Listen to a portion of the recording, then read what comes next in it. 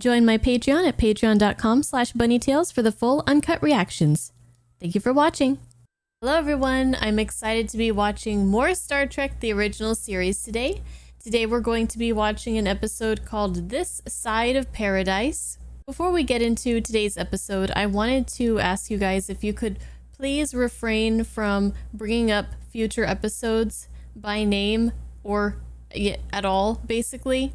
There's no need to recommend episodes. I'm going to get to them all eventually.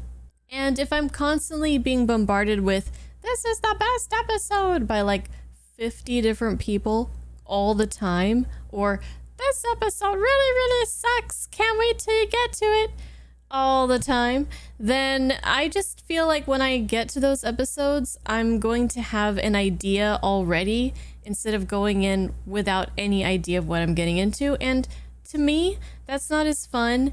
And I think it's going to affect how I view the episodes, whether I want it to or not. And I think it's going to not be as fun for you guys as well. I'd rather be able to freely make my own judgment of each episode without knowing anything about them beforehand. Okay? Good? All right. Thank you guys. And now let's watch today's episode. Enjoy. What are the chances of survivors? Absolutely none, Captain. Berthold rays is such a recent discovery. Living animal tissue disintegrates under exposure. Sandoval's group could not have survived after 3 years. Well, this is starting really dark. The breakdown of tissue does not develop immediately. We can risk a limited exposure. Equip a landing party of 5 to accompany me to the planet's surface. Include Dr. McCoy and a biologist. Dr. McCoy? Okay, I'm on board. Spock 2? Is that Sulu 2? I haven't been able to get a good look. Oh. Another dream that failed. They came all that way and died. Hardly that, sir. Bum-ba-bum. I'm Elias Sandoval. Okay. How did they survive? I'm intrigued already. We have another mystery on our hands. We had expected to find no survivors of the agricultural colony there. How come they didn't respond to our contact? Our subspace radio didn't work properly. I'm afraid we didn't have anyone here who could master its intricacies. Oh. Come, let me show you our settlement. Just an educated guess, I'd say that man is alive. These people shouldn't be alive. Well, maybe they've adapted. His flesh was warm. He's alive. There's no doubt about that. There's also no question on the fact that Berthold rays are incontrovertibly deadly. We're debating in a vacuum. Let's go get some answers. Yep. Gotta hear it from them themselves. They might not even know that they're being... I mean, they don't seem very technologically advanced. Their radio doesn't work and they can't even get somebody to make that work.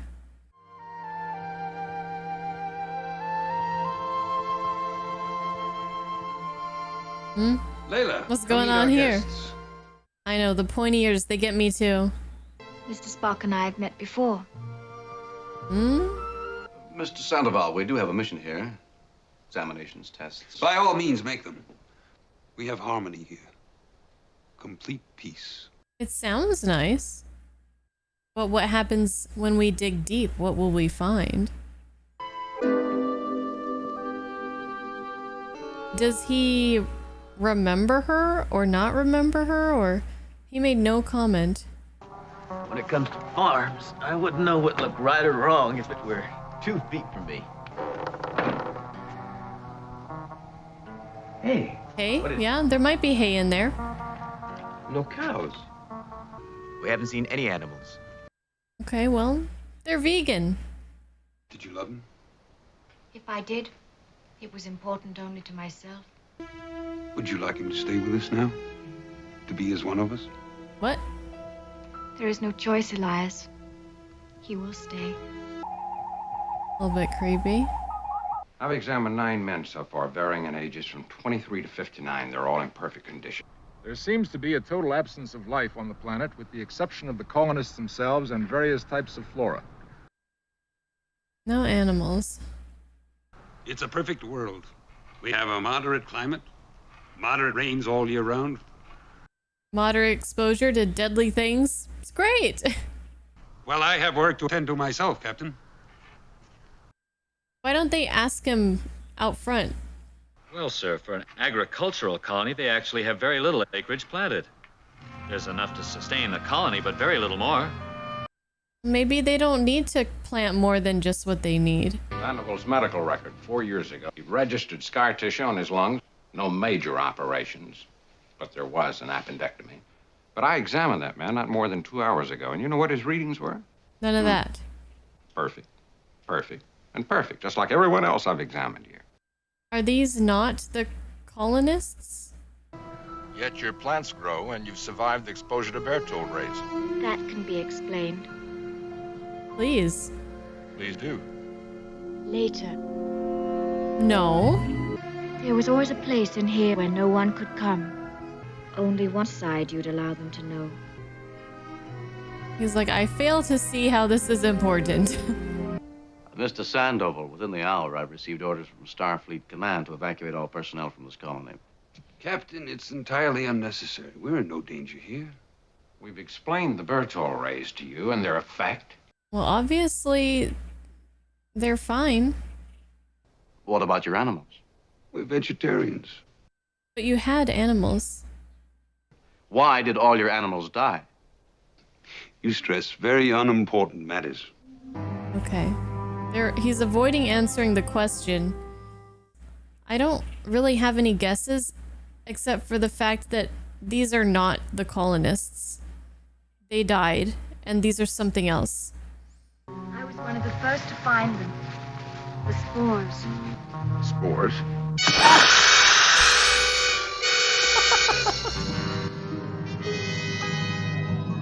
That scared me. I'm a little bit jumpy. I've been playing a horror game recently. Oh, he doesn't like that. I didn't like that either. Oh, he really doesn't like that. It shouldn't hurt. No, I can't. I am not like you. Yeah, he's not the same.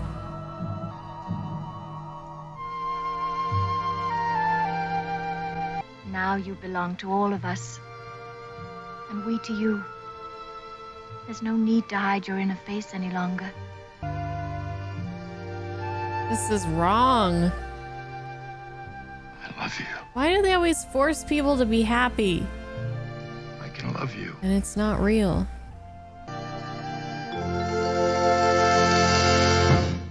Okay, so, okay. Now what does this have to do with them surviving the rays? Your arguments are very valid, but they do not apply to us. Being unreasonable. Well, nevertheless, excuse me. Nevertheless, bye. My orders are to remove all the colonists, with or without your help. Without, I should think. Bye. Where's Mr. Spock and Mr. DeSalle? He's frolicking in the flowers. DeSalle said he was going to examine some native plants he found. Oh boy. That one looks like a dragon. Where'd he get those clothes? But I've never stopped to look at clouds before. Or rainbows. You know, I can tell you exactly why one appears in the sky. But considering its beauty has always been out of the question. Not here. Well, I mean, if we get smiling Spock in this episode, then it can't be considered bad. Spock! Yes, Captain. What did you want? Where are you? I don't believe I want to tell you. Report back to me at the settlement in 10 minutes. No, I don't think so. You don't think so what? I don't think so, sir. That's not what it's not what I meant. Report to me immediately. He says, nah. Spock. What do you think about this, Bones? That didn't sound at all like Spock, Jim. No, it didn't. I thought you said you might like him if he mellowed a little. I didn't say that. You said that. Not Yeah. exactly. I'm pretty sure you said something like that. Make sure the landing party works in teams of 2. I don't want anybody left alone down here. The Sal's probably making out with the flowers. What? climbing a tree and laughing. Now, of all things, why is he hanging upside down like a damn monkey? Want you to take a good close look at these, Doc. No, don't. They're very interesting. They are very interesting. They look like foam. You were told to report to me at once. I didn't want to, Jim. You I can what? see that. I can see that. Mr. Sulu, Mr. Spock is under arrest and he's in your custody until we get back to the Enterprise. Very well. Come with me. This is a beautiful place. I love how green it is. Uh-oh, get away from those flowers. Stop scaring me. Yes. I see now. Well, did it get all three of them? Colony, he'd be wrong. I don't know what these plants are or how they work. But you're all going back to the up. settlement with me, and those colonists are going aboard the ship. Okay, it didn't get Kirk. So, Kirk and Bones. Oh Ready no. to beam up. Hiya, Jimmy boy. Hey, I've taken care of everything. Now, all y'all got to do is just relax. Doctor's orders.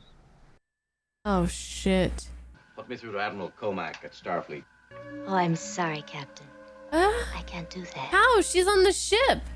I short-circuited them. Except for ship-to-surface, we'll need that for a while. It's really for the best, Captain. Why are you putting your face in there? Oh my god. He just throws it. Stuff this thing. Get back to your stations. I'm sorry, sir. We're all transporting down to join the colony. No. This is mutiny, mister. Yes, sir. It is. Is he the only one left? The pod plants have spread spores throughout the ship, carried by the ventilation system. Oh. I don't know why I have not been infected. I was about to ask. I'm not interested in any physical, psychological aspects, Jim boy. Jim boy? I bet you've even grown your tonsils back. Sure enough. He was just like, sure enough, yep. Mm-hmm. Y'all ever have a real cold Georgia-style nut julep, huh? Who wants to counteract paradise, Jim boy? McCoy out. Bones. Oh no, this is just bad. What is Kirk gonna do? Captain, why don't you join us? No. In your own private paradise. No, thank you. The spores have made it that. You see, they actually thrive on Berthold rays. The plants act as a repository until they find a human body to inhabit. In return, they give you complete health and peace of mind. So it's like a symbiotic relationship? Man stagnates if he has no ambition, no desire to be more than he is. That's We true. have what we need. Except a challenge. Mm-hmm. Join us. Please. I guess he's just immune to these spores.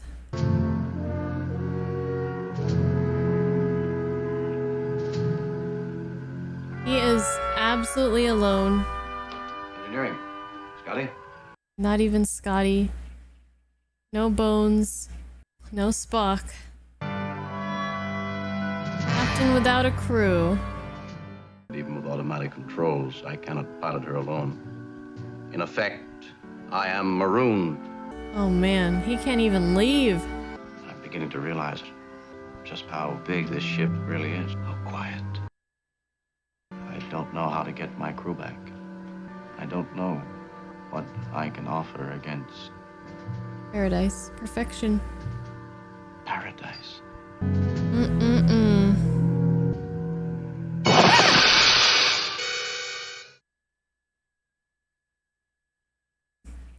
I don't think this is supposed to be that scary. Wait, did it finally affect him? How come it never did before? Or did he figure something out? Enterprise to Mr. Spock. I've joined you. I understand now. Good. Layla and I'll meet you at the beam down point. I want to say that he came to some kind of epiphany, but I'm not sure what he could have figured out from that. What is this? Metal.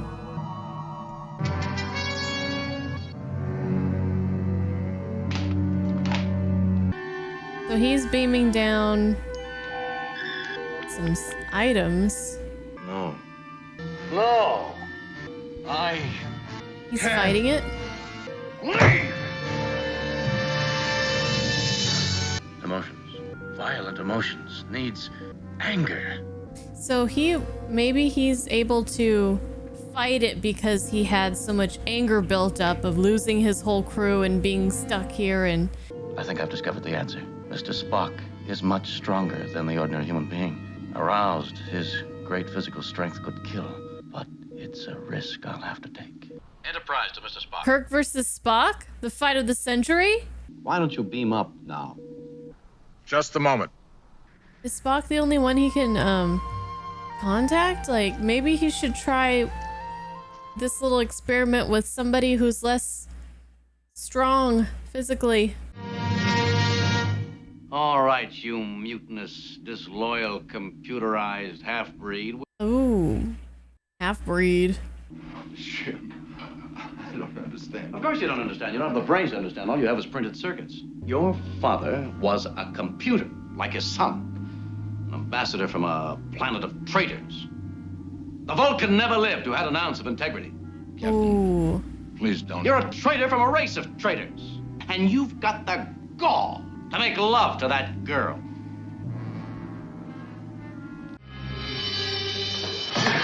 Oh my god, yep. Ooh. Okay. So this should snap him out of it. Hopefully really soon.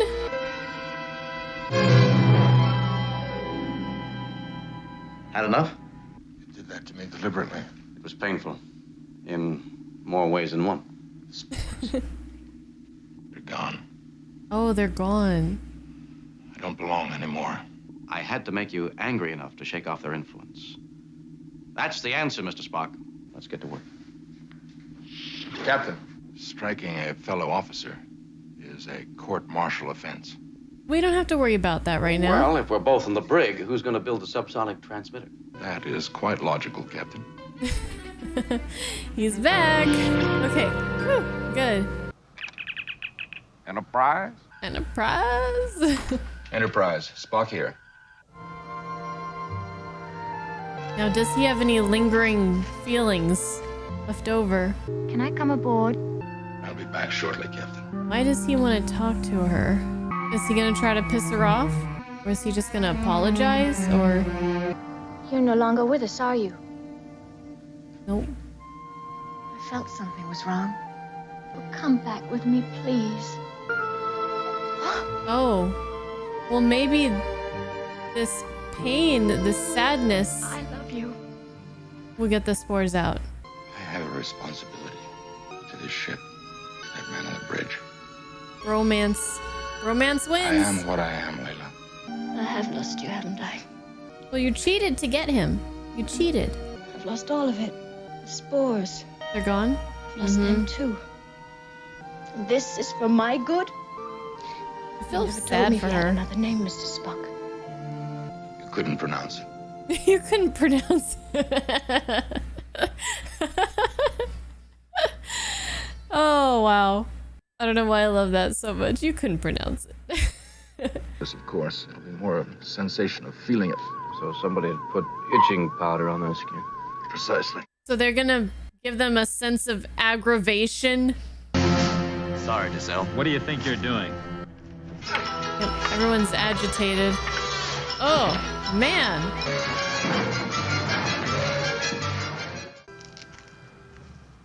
Look at, he's just living life.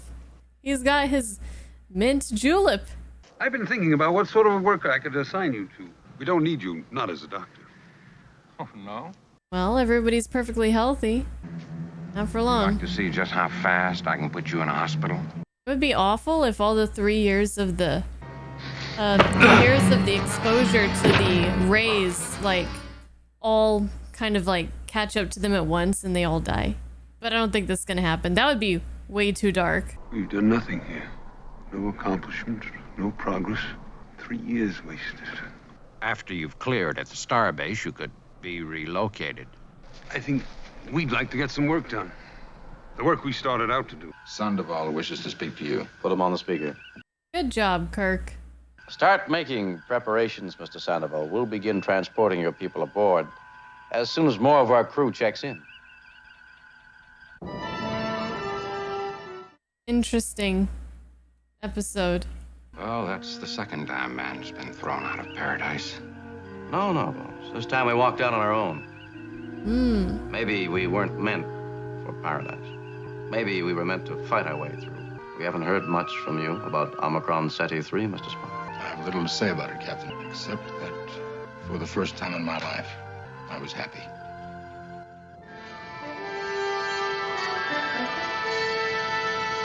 Well,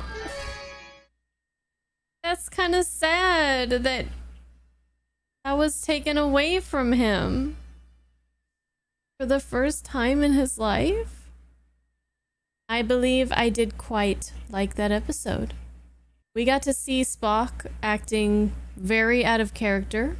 The other characters as well to a lesser degree, but definitely Spock was the most removed from his usual self. Even got to see him in a romance. So I guess deep down, maybe he did have some suppressed emotions for her. Or if he allowed himself, he would have had, you know, emotions for her. Because the spores didn't make him fall in love with somebody that he wouldn't have naturally. It just allowed him to feel the things that he has always forced down. It's just kind of strange to think about going from one extreme to the other and then back again and remaining unchanged by that experience. I don't think it's possible. Once you feel that joy, that feeling of being in love, I don't think you can completely forget about it. I think it would make sense for Spock to be changed in some way, even if it's a little bit from here on out, just permanently. Like it's something that he could never forget. And we know that Vulcans, you know, they have the capacity to feel emotions, to feel them very strongly, but they just suppress it. So I think not allowing yourself to feel things is different than feeling something and then pushing it back down. I absolutely love that they touched on the point about humans needing struggle, needing adversity, needing challenges, needing goals, needing things to fight against and fight for, or else they just stagnate. It reminds me of this experiment. I have the page up right now by John Calhoun, where he put rats into like a paradise setting where they had unlimited food, water, perfect living conditions. And what happened was they went into this state that he coined as behavioral sync. And I won't get too much into it here, and I'm by no means an expert. I just saw a video about it once. After I watched something that touched on this theme, and it was really interesting, an anime called Technolize, which explores what this might look like in humans. But basically, the lack of competition, it's also a lot about overcrowding in this particular experiment, but lack of competition and no real threats to them as individuals and as a population.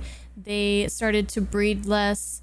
They had like sexual deviancy. They started cannibalizing. And Calhoun said that they went through a first death, which is, I believe, the spiritual death, followed by the second death would be the physical death. And eventually the population would die out as a result of this very unnatural kind of living conditions. Anyways, if you guys haven't checked it out, it's very interesting. I wonder if the writer, which I think I noticed it in the credits, DC Fontana, wrote this one, or at least in part. I wonder if she knew about these experiments, because from what I'm reading here, it looks like they went on from starting in the 40s to the 70s. So sounds like it was going on right around the time where when these episodes were being written and filmed and all that.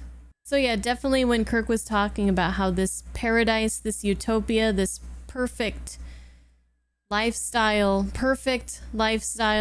without any suffering, without challenge, without competition, and all these things would lead to just not good results, basically.